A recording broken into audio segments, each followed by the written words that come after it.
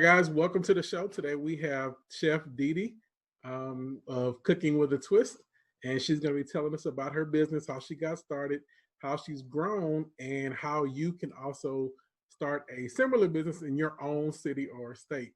Welcome to the show, Chef. Hi, thank you for having me. So tell us a little bit about Cooking with a Twist. Okay. I'm Chef Didi Coleman.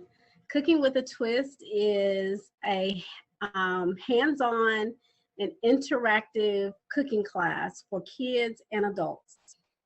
We started out in June and July of 2015 with the Kids Summer Camp, which we still do every summer in June and July. We do a week in June, a week in July for the kids. It's like a culinary camp for kids where we keep them Monday through Friday from like 9 in the morning to 3 in the afternoon.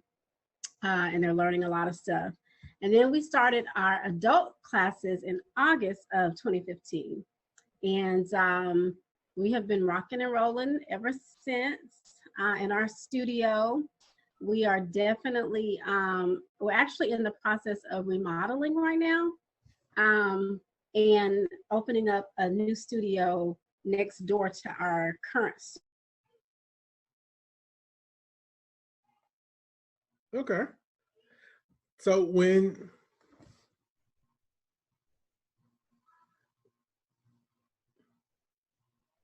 I can't tell if the video is lagging or if you're talking. That's crazy because I'm sitting right by the internet connection. Okay. I think we're back. Okay. So you started with the camp. Did you know you were going to go into doing adult classes? Oh yeah, absolutely. I did. But since it was the summertime, we wanted to kind of start off with the kids. So if something went wrong, they wouldn't know, we would.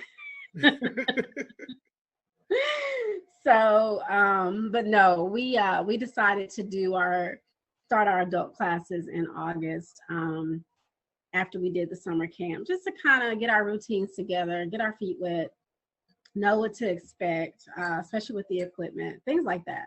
Okay. So that was just kind of using wisdom a little bit, just to make sure that when we did have our adults come in, that we were a little bit established. So. Okay. So where did you get the idea to go into like doing the cooking classes, the camps and everything? What were you doing before that? So of course my first love is catering, and I still do full service catering for any event. And I did couples cooking classes, and they were called Kitchen Romance. And we would go into the houses of people and do couples cooking classes. And we featured those classes on Great Day Houston for, I think it was like 2 or 3 times we were featured on Great Day Houston around their Valentine's editions. And I became so busy, it was just like, okay, I need to do this for more than just couples. We need to open up a cooking class studio. And I had the idea back in 2013 when I opened up a Sunday brunch cafe and opened up that Sunday brunch cafe. It was only open on Sundays, but then I realized that was not my calling. A restaurant, it was a complete failure, but it was necessary. Okay. You have to go through those kinds of experiences, especially as an entrepreneur, so you can kind of learn and grow from those things. You don't ever discount those things off when you go through things that don't actually work out like you thought they would. Yeah.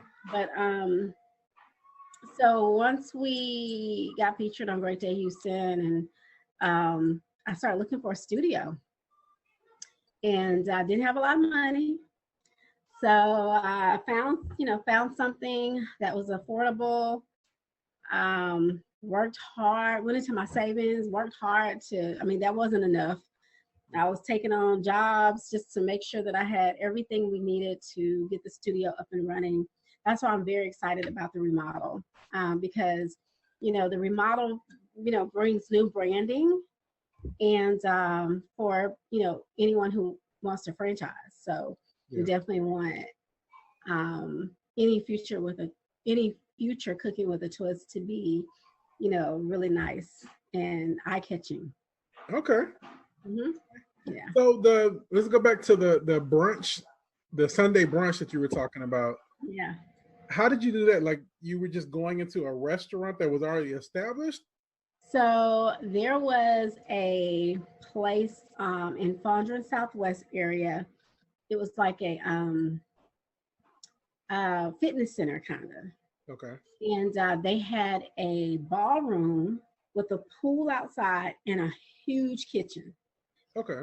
And the lady who owned it knew my pastor and was kind of asking him if he knew somebody who wanted to rent out the kitchen. So he brought the idea to me, and I didn't pray about it. Number one, first mistake.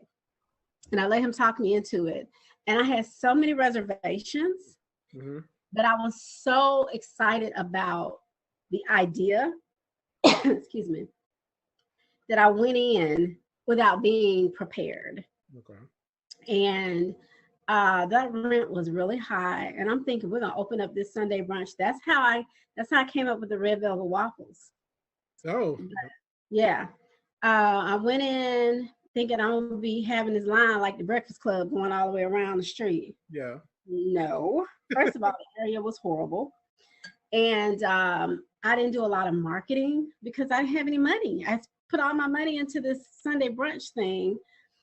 And so, again, that's how I came up with the red velvet waffles. I wanted to have a signature dish, which was my chicken and red velvet waffles. Mm-hmm. Chicken and waffles is so cliche. I just wanted to make it different. So we did. That's when I came up with the batter. I threw a lot of batter away. I sent a lot of samples out to friends saying A and B, tell me which one you like, A or B, until we came up with the correct formula that we sell now at Cooking with a Twist. And it just, we had customers. It just wasn't enough customers. I had to pay rent, had staff, I had food costs. I mean, there was a lot that came with opening up a Sunday brunch cafe. Yeah. So yeah, and if we had, like those Facebook pages now, the Black restaurants or Houston Black restaurant, things like that. Yeah. Then in 2013, I probably would have done very good. Yeah. Because those have given a lot of restaurants a huge boost, but you got to be on point. You know what I'm saying? Because just like it'll give you, good customers, it's going to take some away if you don't have your stuff together. Yeah, I've seen a couple of posts in there where, Yeah, me too. It's been craziness. I feel sorry for those people. Like, y'all better get y'all stuff together because these people are not playing. No, and customer service and food is big, especially in the social media age where they can literally take a screenshot of the messages you sent and absolutely. Yeah, absolutely. You don't want to have a business that goes 1,000 comments deep on how terrible of a business you are. And it just takes one person with a bad review to put you on blast. Yeah. So.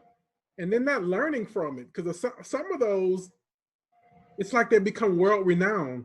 Like everybody knows that this person is a terrible person. They start sharing their screenshots. So yeah, I've seen some that just make me cringe, and I'm like, oh my God, I'm glad that is not me. But I'm so hard on my staff because I have an excellent chef instructor, Miss China, who really takes a lot of the weight off of me. A lot of people expect for me to be there for all of the classes, and physically it's just not possible. Mm-hmm. I would wear myself out. I mean, we have a lot of classes. I mean, even though now, right now we're still at half capacity because of COVID, we're busy. And I have to let them know that when I'm not there, or even when I am there, when you're faced with a customer, you have to understand you represent me, you represent the Cooking with a Twist brand. So you're going to have to bring it. You're going to have the best customer service that you possibly can have. And I don't care what kind of mood you're in, leave it at the door. Because I do not want anybody to walk away feeling like they didn't receive, the best customer service possible. Now, some people you just cannot please. You know what I'm saying? Like, I had a situation last week. We're doing private parties. We always do private parties, and normally it's an 18-person minimum, but because of COVID, 12-person minimum. It's a 12-person minimum. You don't have that minimum. You're gonna have to pay that extra cost because we can't afford to close this class off to the public, and you don't have your minimum like you were supposed to. And it's like, you know, if you don't have your minimum, we're gonna cancel your class. We might open it up to the public, that kind of stuff. And they were like, well, just open my class to the public, but your class is on a Thursday night. Do you really want me to cancel your class and you don't get your money back? You can't get a credit for any future classes for one person. Like, you're not being smart. But she was just being difficult, and I was just like, look, it was just to the point where I couldn't bend anymore. The class ended up being really, really, really good. Her people had a great time, but before you had this class, you're gonna have to pay for this extra person because that's our policy, you know. Some people you just cannot please. I mean, you can't do what the customer wants you to do all the time and it end up being good for your business. If it's bad for my business, I'm sorry, I can't do it. I still have a business to run. So for the most part, I actually just got a 5-star review today on Google. For the most part, our reviews are really good, and I thank God for that. Okay. So what are some of the things you do to encourage them to actually leave a review? Because we know a lot of people will have a great time and not go and do a review, but the angry people always are ready. Angry people always leave a review. So, and Miss China, my other chef instructor, she's really good at this. So at the end of the class, we'll ask, okay, did you all enjoy the class? And they'll be like, yeah, and clap. And, you know, then you just take it further. Okay, well, if you enjoy the class, please, if you have, you know, if you feel it in your heart, if you have the time, go to Google, please, and leave us a review. Tell us about your experience. If you have any feedback, please email me, or if she'll say email Chef Dee directly and give her your feedback, you know, things like that. You know, I'm going to listen to all the feedback. I mean, some things are a little petty, but for the most part, I'm going to read it. I'm going to respond. But that's how we drive people to leave us Google reviews. We have so many on Facebook that I was really trying to get them over to Google. And while Yelp is good, people are really pulling up Google right now and looking at the reviews more than Yelp. I'm not really a Yelp person, but absolutely, I'm very happy with people leaving the reviews. Okay. So what marketing has been working? What marketing worked best for you in the beginning? Like when you first started, we're going back to August of 2015. So thinking about being broke, and how did you get this all? I know, right? Just let me tell you this. If we didn't have Facebook and Instagram, I would have been messed up. Just put it that way. I mean, everybody is always looking for something new, especially in Houston. Like somebody opening up something new, they are like, okay, we're going to try this out. So we did, I think our first adult class, we like meet the chefs. It was 3 of us, instructors, me and 2 other instructors. So I was like, okay, we're going to do 2 recipes per chef. That's six dishes, not long. We're still going to be in here, no more than 3 hours, whatever. And we're going to charge $35.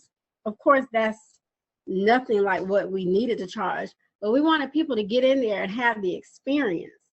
So that they could, and then when they got there, it was like, okay, make sure you all post on your social media, whatever. So that's how it started. We just started, doing classes for really cheap and have people coming in there and put it on their social media. And that's how the word got out. We just did specials. We were letting people come in for $35, $45, $55 Fridays. We still do that sometimes. Just so they could come in, share it on their social media, and their followers saw, what is that? I've never heard of that before. What's Cooking with a Twist? So, and till this day, that's our number one form of marketing, word of mouth. I ask people all the time, where did you hear about Cooking with a Twist? And they'll say, oh, we saw it on our friend's social media or Facebook or Instagram page. My friend came here and told us about it, or I Googled cooking classes or cooking and drinking or something like that, and Cooking with a Twist popped up. Okay. I'm like, okay. So yeah, Okay. date night. They Googled date night with, and we popped up. So yeah, that's why I say leave as many Google reviews as you possibly can. Okay. Mm-hmm. So is that mainly still how you getting the word out? Just. So definitely we post. Definitely do a lot of posting, but we also do email blasts. Okay. And what else?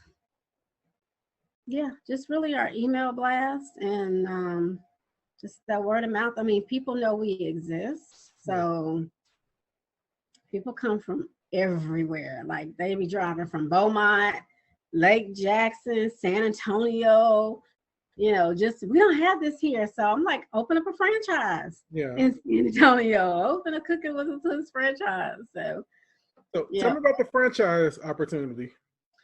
So let me tell you something. I've had so many people come to me or even inquire about the franchise. Lots of emails, and it's just the follow through. They probably don't have the money or didn't get the loan, or because even though the franchise fee is like $30,000, which is not expensive at all, you still have to have the money for the build out, which could cost $75,000 to $150,000, depending on the area that you're opening in, and having some reserve. You definitely want to do that. If we didn't have reserve, we wouldn't have made it through COVID. Yeah. Like we went through our savings like that. Yeah. Trying to keep our, doors open, rent and utilities, that stuff ain't stopped. Yeah. So, but yes, so once you're ready to franchise, we help you with the build out, we help you with the training, your recipes the recipes I've developed, all of our recipes are their recipes. It's simple. It's not like a Chick-fil-A, you have to go through, a whole background check, but it's simple. You just have to have the passion for it. Yeah. And you have to have the money. And it's just like I tell people, you might be a good business person, accounting, bookkeeping, all that. All you have to do is hire chefs. Yeah. You don't have to be a part of the business as far as chef. Just run the business part of it. Hire everybody else. Yeah. So we'll see. Where did you find your chefs? So I have Miss China came in. She's my only chef instructor now. One of my other chef instructors who's really good, he got stuck in Nigeria for COVID. I don't think he's made it back. He's been in Nigeria the entire time? He hasn't. He keeps emailing me, saying, I'll be back in 2 weeks. And then he's like, okay, I couldn't make it back. So I don't know what's going on, but it's just me and Chef China right now, holding it down. But then again, we're still at half capacity, but I am going to have to hire some more once we get the other spot built.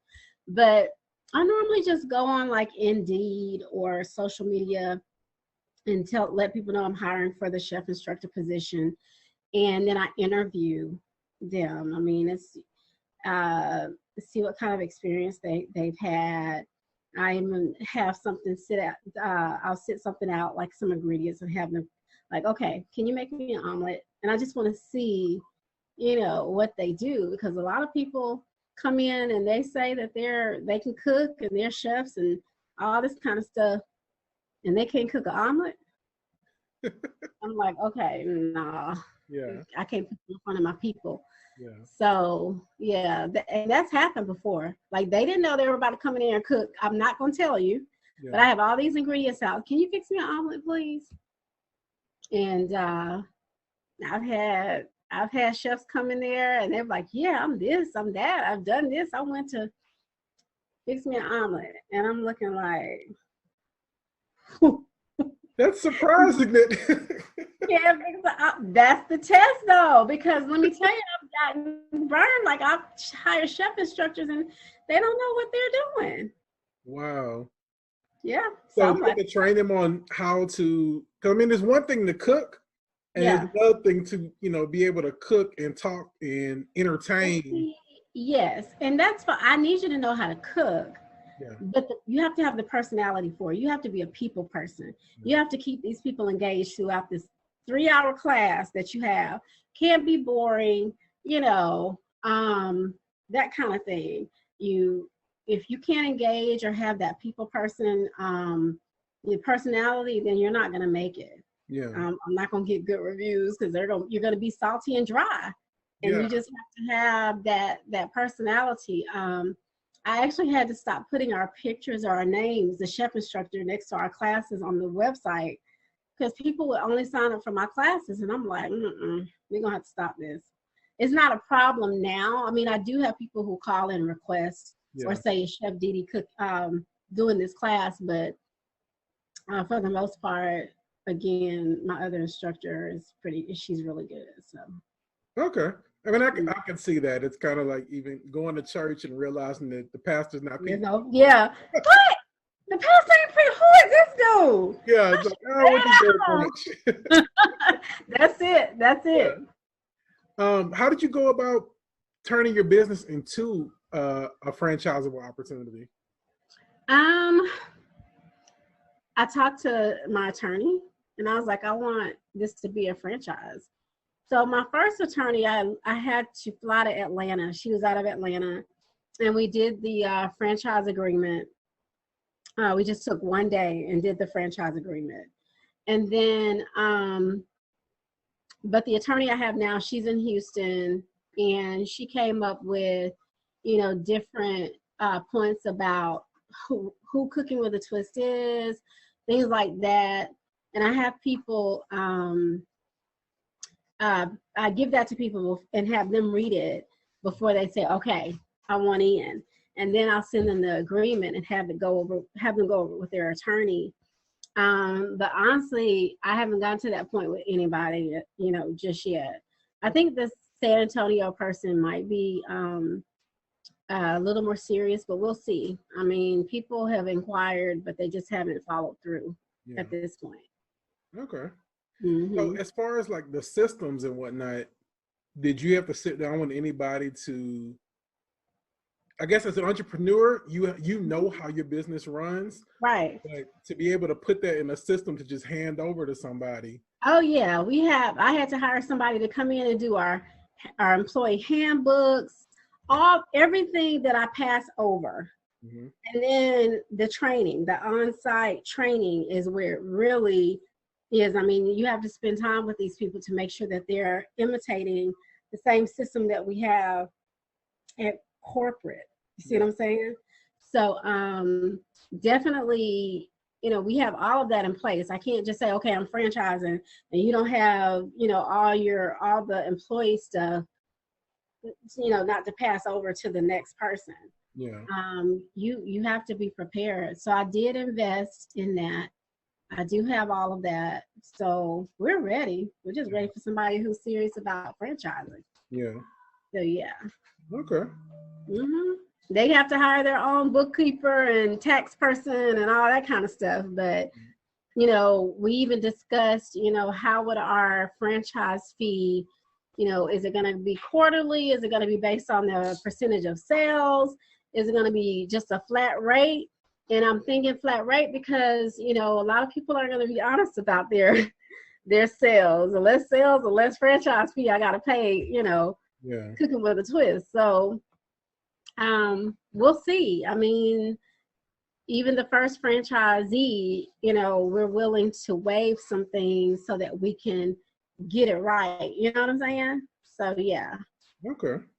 Mm-hmm. You ever thought about going just the teaching route as opposed to doing the entire, come up with the whole fee of franchise, just basically charging them $1,000 to $2,000 to just teach them how to go off and do it on their own whenever they get the money?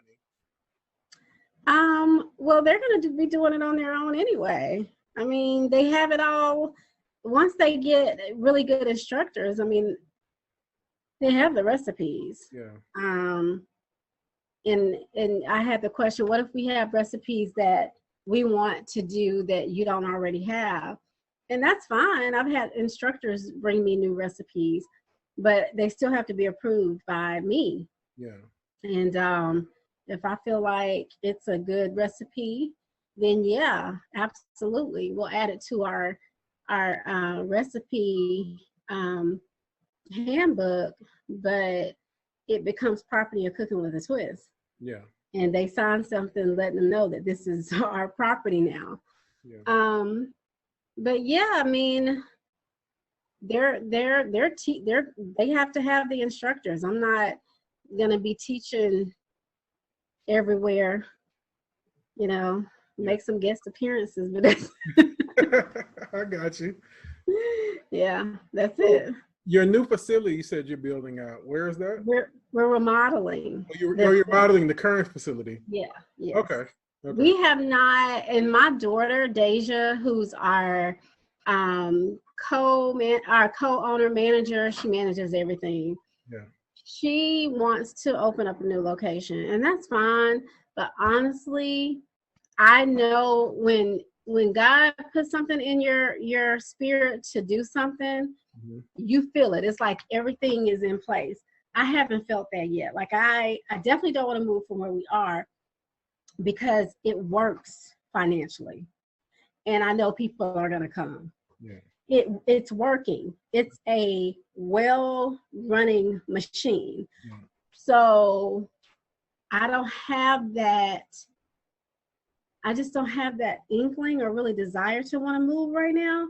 Yeah. I would love to open up another location, but it's got to work. I got to feel it. I got to know that God is saying that God is opening the door, and Yeah. I don't feel that right now. Okay. And I've moved before him before. Remember that Sunday brunch? Yeah. Yeah. Definitely listen. Hey, that was a learning experience. Yeah. You moved before. I'm telling you, if it is not in God's will or plan for you, it's not gonna work. I am a true witness. You better ask me. Okay. Yeah. All Mhm. right. So what would be the biggest lesson you've learned? I guess it would be listen to God, right? Yeah, absolutely. That's the biggest lesson. I still I have to relinquish some control, especially with the finances. Mhm. Like bringing people in, like I know what my lane is. I'm Mhm. a chef, I know my lane. Yeah. But the financial part of everything, accountant, I mean, we have a really good accountant. I just need her to get a little more involved. I need somebody, come in and do our daily, day-to-day finances, things like that. We just haven't found that person yet. You know what I'm saying? So we're doing, QuickBooks and, the best we can, but we just need somebody who does that professionally. And I just have not found that person. I'm really reluctant about bringing people in that I know, especially that I met on Facebook, things like that, because they're in your business. Yeah. They know how much you're making. They know. So I'm really leery about that, but we're gonna get somebody. Okay. Yeah. All right. Yeah. Well, where can people find you if they want to know more about coming out or learning more about the franchise? Our website is www.cookingwithatwisthouston.com. It has all the classes on there, also the information about the franchise. You just go on there, register for a class. You have to pay, show up. Tells you about it, private parties, things like that. And we're very approachable. So any questions or anything, you can email us through the website, call us during our business hours. We're not that type of business that we don't respond or don't answer the phone. We're going to make sure that, again, we provide that good quality customer service. But we do have a lot of adult classes available, private parties. The adult classes are BYOB. Okay. We do a lot of kids, birthday parties. We only have, like, our summer camp this year, because of COVID, We only did it 1 week. It wasn't 30 kids like we normally have. I think it was like 12. Yeah. And we're having one class that kids can come to without it being like a birthday party or whatever. And that's our Halloween class that we do every year on Halloween. So we do have some seats available for that. Okay. Yeah, we don't do a lot of public kids classes right now. Okay. So, All yeah, right.